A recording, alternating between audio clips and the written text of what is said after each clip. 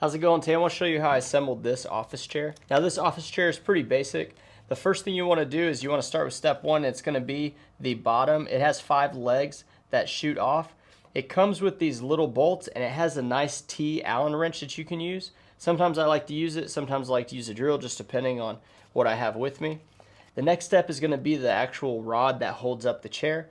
That rod goes with the wider side facing downwards. You also have to put in the actual wheels. Those just shove in. It is a little tight to shove in at first, but once you get in there, it's fine. After that, you're going to assemble the triangle pieces on the side. That's basically going to be the side frame of the chair. After the bolts go in, it has this black plastic caps that you place over it so it can kind of hide the bolts.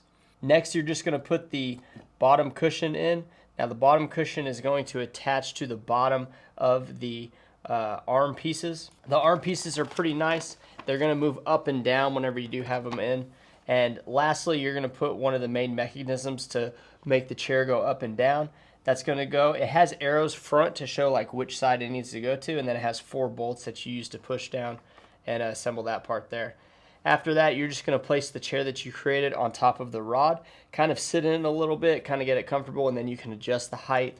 You can twist and tighten the rocker tension. That's going to be that big knob on the bottom.